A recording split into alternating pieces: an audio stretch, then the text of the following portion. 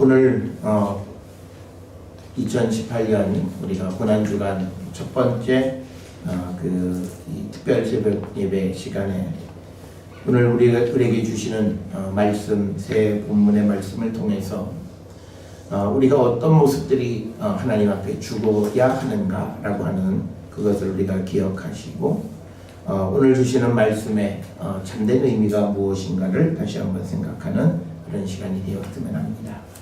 특별히 오늘 우리가 마지막 읽은 요한복음 12장 1절에 배경이 나오는데 6월절 엿새전, 6월절 엿새전, 그 6월절 엿새전이 무슨 날인가라고 하는 것을 우리가 기억하셔야 됩니다.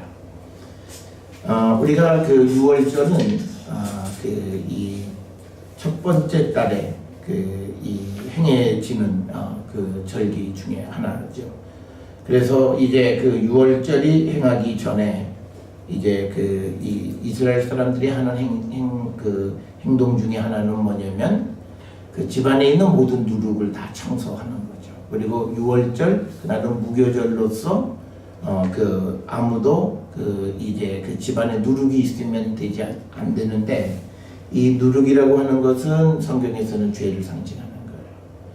그래서 이제 예수께서 이제 안식 6월절 행사 때에 이 고난을 당하시고 십자가에 달려 돌아가신다라고 하는 것은 이제 우리에게 있는 누룩을 제거하시기 위한 것이다라고 하는 즉 우리의 죄를 제거하시기 위한 것이다라고 하는 것을 우리에게 가르쳐 주면서 오늘 본문의 배경은 아마 나사로의 집에서 예수님께서 이제 2절에 보면 잔치하신다 이렇게 되어 있습니다. 잔치라고 하는 말은 이거는 조금은 이게 좀 과장해서 번역한 거고요. 그냥 헬라어로 데이프논, 그래서 저녁 식사. 그러니까 우리가 유대인들의 식사는 저녁 식사가 메인 식사가 되기 때문에 대체로 저녁은 좀 이렇게 잘 차려서 먹는 거예요. 그래서 그것을 이제 어떤 잔치다 이렇게 번역을 했지만 그러나 또 우리말의 잔치는 또 다른 의미가 있는 거예요. 그래서 이 말은 그냥 저녁 식사 하실 때에 라고 하는 그 말로 우리가 이해하면 되겠고요. 그런데 이제 사건은 이제 3절에 마리아가 비싼 향유 순전한 나드 한 근, 그러니까 대략 11.5온수, 약 340ml, 그러니까 우리말로 따지면 사이다병 하나 정도 되는 이제 나드 향을 가져다가 예수님의 발을 닦아주시는 겁니다. 그런데 이제 오늘 그 사건은요 매우 비정상적이에요. 왜냐하면 지금 이게 식사 자리에 향을 가져와서 예수님의 발을 닦는다라고 하는 것은 이게 좀 전체적으로 분위기가 맞지 않는 거죠. 왜냐하면 우리가 이 음식을 먹는데 그러니까 우리가 주방에서 일하는 사람들이 금해야 되는 것 중에 하나가 향수를 몸에 부리면 안 돼요. 그러면 맛을 제대로 볼 수가 없는 거예요. 그런데 지금 식사를 하는 그 자리에 마리아가 향을 가져다가 이제 예수님의 발에 그냥 뒤집은 거예요. 340ml 정도 되는 거 붓고 그 다음에 자기 머리털로 그 발을 닦아서 향유 냄새가 집에 가득했다. 그러니까 여러분 아마 우리가 보통 여러분들이 사시는 향수들은 50ml 또는 커야 100ml 정도 되죠. 그럼 50ml 되는 거 340ml 정도 되려면은 한 8병, 9병 정도. 그러니까 향수 9병을 깨트려서 집안에 한번 그 향수를 놔둬보세요. 어느 정도로 그 냄새가 가득하겠는가. 그러니까 이거는 식사 자리에서는 굉장히 비정상적인 그런 일들이고, 특별히 이 마리아의 행위를 통해서 보면 굉장히 비정상적인 것들이 많이 등장을 하는데, 이제 발에다가 기름을 부은 것도 그렇고요. 식사 중에 기름 부은 것도 그렇고, 또 예수님의 발을 자신의 머리로 닦은 것도 그렇고요. 그 다음에 이 당시에 유대인 여자들은요, 공공장소에서 여자가 머리를 풀어 헤칠 수가 없습니다. 지금 많은 사람하고 같이 식사하는 자리에서 그 머리를 풀어내렸다라고 하는 것, 그리고 그 머리로 또 발에 기름을 닦았다라고 하는 이 5가지의 행위는 굉장히 비정상적인 그런 행위가 되겠고, 이렇게 마리아가 예수님에게 이 향유를 드리게 되니까 가룟 유다죠. 가룟 유다가 말하는 것이 이 어찌 300데나리온에 팔아 가난한 사람이 주지 않았느냐. 우리가 여기서 이 가룟 유다는 곧 이어서 이제 예수님을 팔자죠. 그러니까 이 사람은 돈은 훔쳐갈 생각만 하는 거죠. 그러니까 야, 저 돈 저거 그냥 가지고 있거나 아니면 예수님 드리거나, 그러면 예수님 드리면 그 돈 자기가 관리하니까 결국은 자기는 돈을 훔쳐갈 생각만 하는 거예요. 그러니까 진정으로 어려운 사람을 생각하는 게 아니다.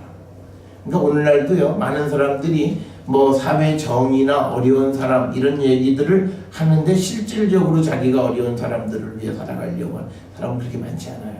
그냥 하는 말이에요. 그런 것은 어디 나타나면 그의 행위가 그 다음 전후의 행위를 보면 알 수 있죠.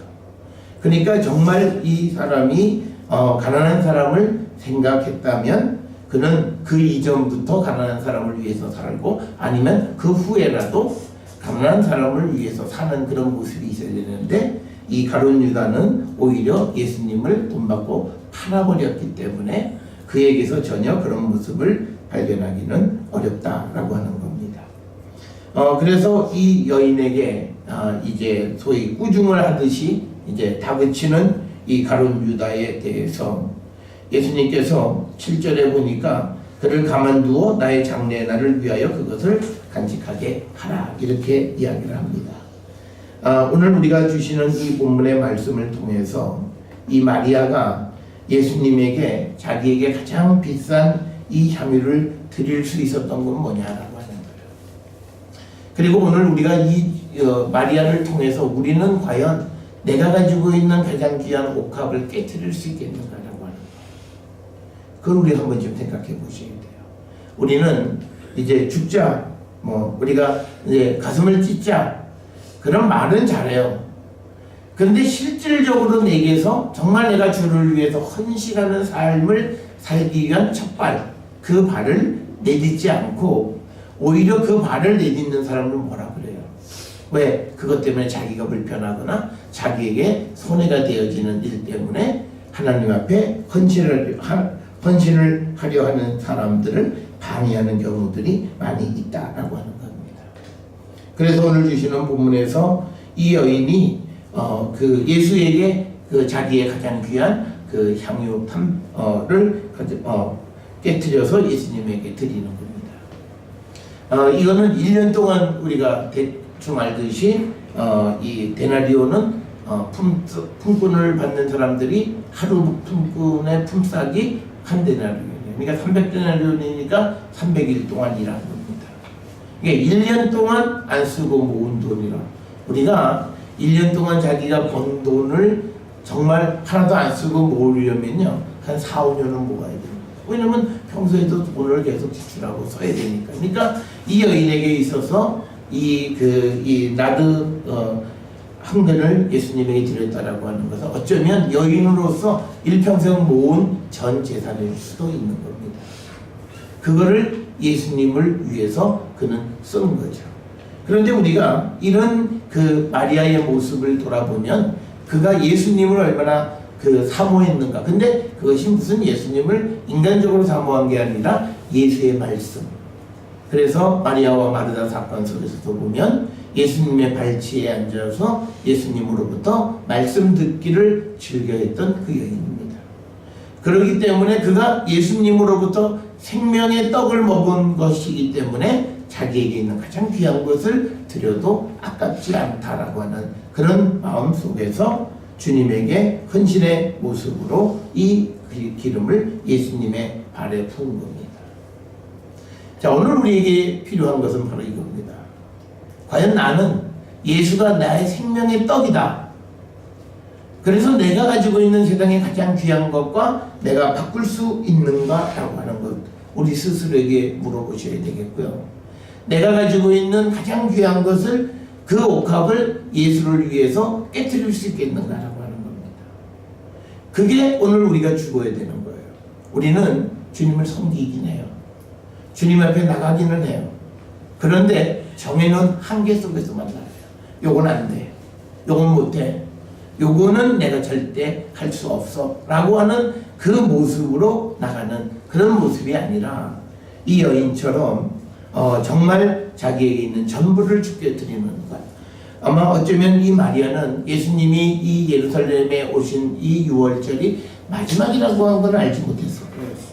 그런데 그가 예수님에게 자기의 그 모든 것을 드릴 때 그 때가 바로 예수님이 이제 마지막 이제 고난의 길을 하시기 전날 바로 이 일을 행했고, 그것을 보면서 예수님이 야 어떻게 네가 내 장례를 이제 알고 준비했나 이런 말씀을 하시면서 그냥 두라.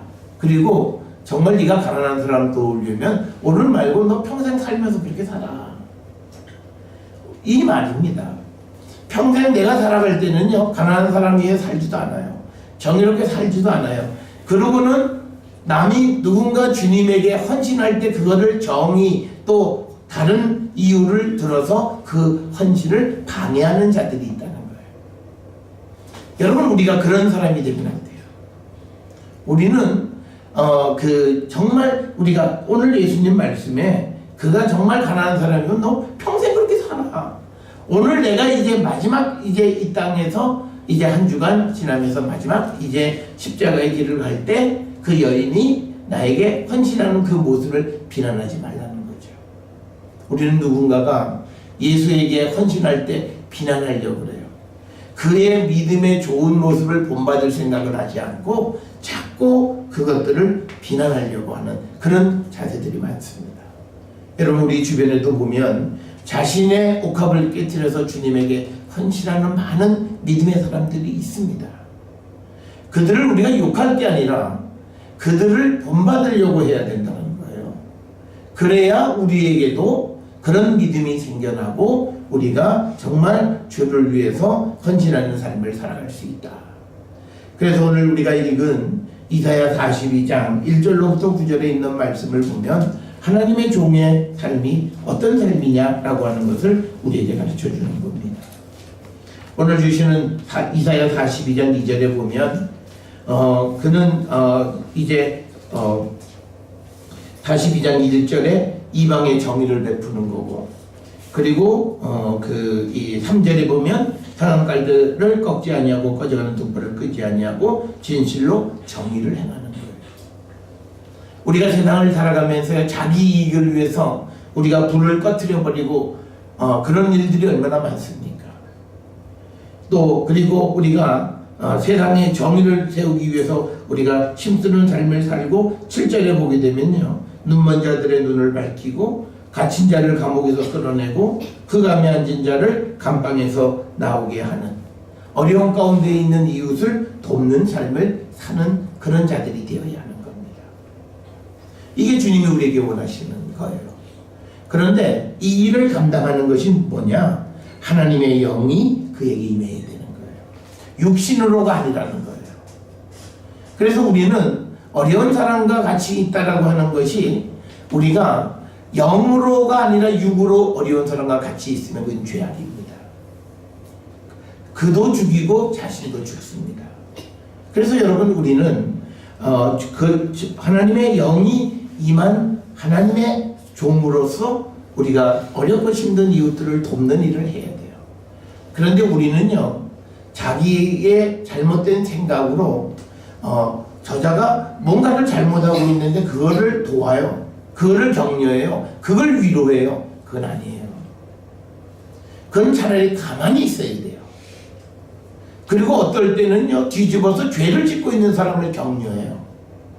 그러면서 이게 마치 성도가 해야 될 것처럼 생각해요. 그건 죄악이에요. 회개의 대상이에요. 그리고 우리는 그런 관계 속에서 누가 이게 잘했냐 잘못했냐를 판단이 흐려져요. 그러면 안 돼요. 하나님의 정의는 인간적 관계 속에서 옳고 그름이 아니라 하나님의 영과 말씀에 의해서 옳고 그름을 이야기하는 거예요. 여러분 어려운 가운데 있을 때 아들이 무조건 아버지 편만 들어요? 그건 아니잖아요. 그래서 때로는 아버지와 아들 사이에 갈등이 생기기도 하는 거예요. 그렇지만 아버지가 잘못 가고 있으면 아들로서는 아버지가 잘못 가고 있음을 이야기할 줄 알아야 되는 거예요. 그게 믿음의 사람이에요. 그러면 한동안은 관계가 서먹해요. 그렇지만 그것이 결국은 치유가 되는 거예요. 그래서 여러분, 우리가 하나님의 종의 삶을 살아가는 것, 눈먼 자의 눈을 밝힌다는 것이 뭐냐면 단순히 봉사가 아니라 보지 못하는 게 있어요. 깨닫지 못하는 게 있어요. 그걸 깨닫게 해줘야 돼요.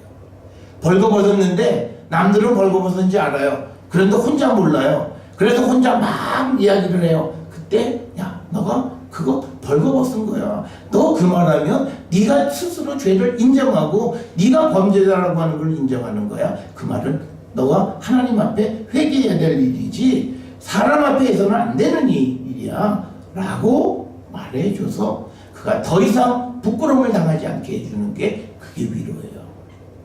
그렇지 않고는 그냥 얘기 듣고는 뒤돌아서서 웃어요. 그러면서 내가 위한다고 이야기를 해. 그러면 안 된다는 거죠. 또 오늘 주시는 말씀에 보면 갇힌 자를 여기서 끌어내요. 여기서 말하는 갇힌 자는 죄에 갇혀 있어요. 내가 죄에 갇혀 있는 줄도 모르고 있어요.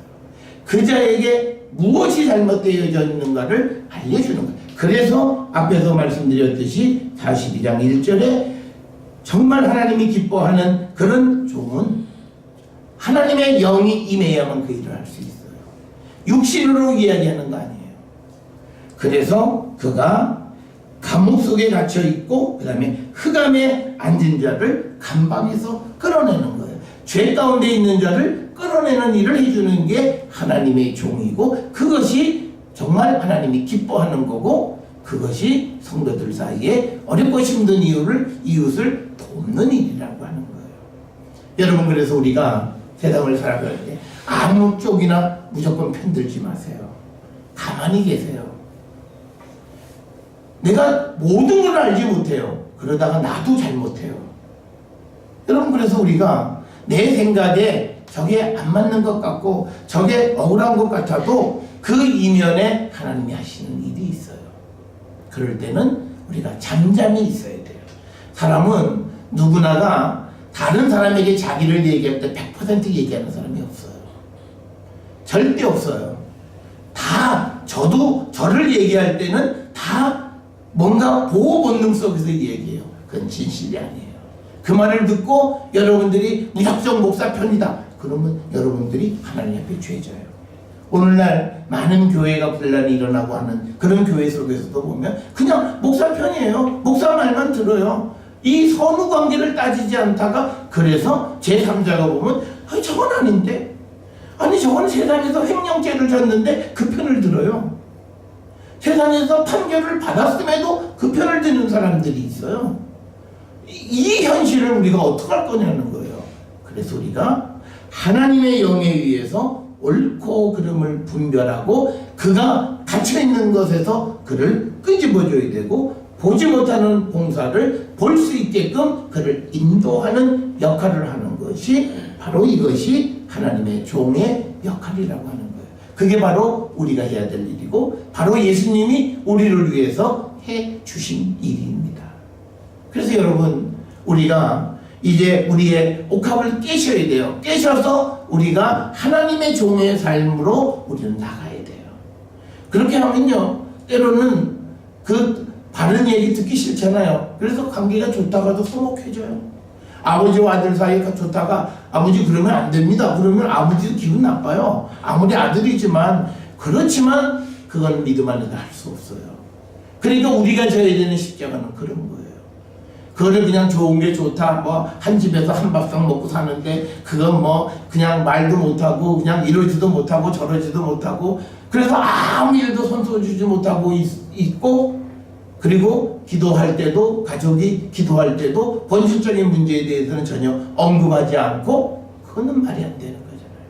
그러면 결국은 그 가정은 전체가 붕괴되어지는 거예요. 그래서 오늘 주시는 이 말씀에서 우리에게 이제 우리가 예수 그리스도가 우리를 위해서 십자가의 길을 가시면서 우리의 죄 문제를 해결해 주시고, 그런 주님에게 자신을 드리는 이 마리아와 같은 그런 모습이 우리의 모습이 되어야 한다는 거예요. 그리고 우리는 그리스도의 영이, 하나님의 영이 우리에게 임해서 정말 어둠에 갇혀 있는 자를 구원해 줄 수 있는 하나님의 종, 정말 진실로 그를 위로하고 그에게 유익한 일을 감당하는 역할을 해야 돼요. 예수님이 가식적인 삶을 사셨으면요, 이렇게 안 돌아가셔도 돼요. 제사장 만나가면 아유 위대하십니다. 얼마나 수고가 많으십니까? 뭐 그렇게 하셔도 되고요. 서기관들에게는 아유 이건 뭐 세상에 천하 없는 진리의 말씀을 말씀하고 있습니다. 뭐 그렇게 얘기하고 돌아가서는 웃기는 놈들 지들이 뭘 한다고 그러셔도 돼요. 그러시면 세상에 오래 사셨고 아마 많은 부귀 많은 명예도 얻으셨어요. 근데 예수님은 그거 아니에요. 이 땅에 의의 종으로 오신 거예요. 의라고 하는 건 정의로운 공의로운 그 종으로 오셔서 우리를 빛의 길로 인도해 주시는 것이고 흑암 속에서 끄집어내 주시는 일이라는 거예요. 그래서 여러분 우리가 이 땅을 살아가면서 믿음의 삶을 살아가는 것이 얼마나 어려운 거냐. 흑암 가운데 있는 일을 그냥 내버려 둘 수 없는 게 어려운 거예요. 그거를 끄집어내는 게 어려운 거예요. 흑암 속에 있는 사람을 그냥 흑암 속에 내버려 두는 건 너무너무 쉬워요. 거기서 밥 한 그릇 얻어먹고 거기서 좋은 말 하고 영화 보고 즐기고 얼마든지 할 수, 그러나 그건 다 죽는 거라는 거예요. 예수님은 우리에게 그렇게 얘기하지 않았어요. 예수님은 만나는 사람마다 그들이 잘못된 것들을 지적하시고 그가 생명의 길로 돌아오기를 원하셨어요. 그렇기 때문에 아마 가룟 유다와 같은 사람은 예수님 보고 속으로 비난했을 거예요. 아니 왜 저럴까? 좋은 길도 있는데 저 좀 사치스럽고 좀 호사를 누리고 살아갈 수 있는 길도 있는데 왜 저러고 살아가시고 그래서 왜 우리까지도 고생을 시킬까? 아마 그런 비난을 예수님에게 했을 거예요. 그러니까 돈의 유혹 속에 예수님을 팔 생각을 한 거죠. 그러니까 예수님을 정말 사랑과 존경의 마음으로 섬기는 자가 눈에 가시예요. 뭐 저래? 뭐 저래? 저거 팔아가지고 가난한 사람이나 주지. 그런데 그는 그것을 가난한 사람을 줄 생각을 한 게 아니라 자기가 착복할 생각을 하는 거예요. 여러분 그래서 우리 인간의 아주 잔인한 건 그거예요. 공의를 정의를 부르짖으면서 자기 이익을 챙겨요. 오늘 우리가 살아가는 이 시대에도 우리가 적폐, 공의, 정의 다 좋아요. 분명히 세워야 돼. 그런데 그거를 빌미로 뒤에서 뒷돈을 챙기는 사람들이 또 생긴다면 그건 안 된다는 거죠. 그리고 그 일에 우리가 거기에 한 구성원이 된다면 더더욱 안 되는 거고요. 그래서 오늘 우리에게 주시는 이 말씀을 우리가 꼭 기억하시고 이제 우리가 읽었던 시브리서 이제 9장 11절부터 15절에 예수 그리스도의 십자가의 죽음의 의미는 우리에게 새로운 중보자가 되어주신 거예요. 그 예수님의 십자가의 의미를 분명히 알고 우리도 주님을 위해서 우리의 옥합을 깨고 하나님의 의의 종의 삶을 살아가기를 결단하는 그런 성도가 되어야 우리가 2028년 이 사순절과 고난주간을 지날 때 그것이 우리에게 참된 의미가 있다 이렇게 말씀드릴 수 있습니다. 사랑하는 성도 여러분, 오늘 이 아침 우리에게 주시는 말씀을 기억하시면서 나는 주님에게 드릴 옥합이 무엇인가? 내가 깨뜨려 주님에게 드려야 될 것이 무엇인가? 그리고 나는 정말 주님의 의로운 종으로서 내게 주어진 일을 감당하고 있는가? 돌아보시며 우리 모두가 정말 주님이 원하시는 거룩한 성도의 삶을 살기로 결단하는 오늘 하루가 될 수 있기를 주의 이름으로 축원합니다. 기도하시죠.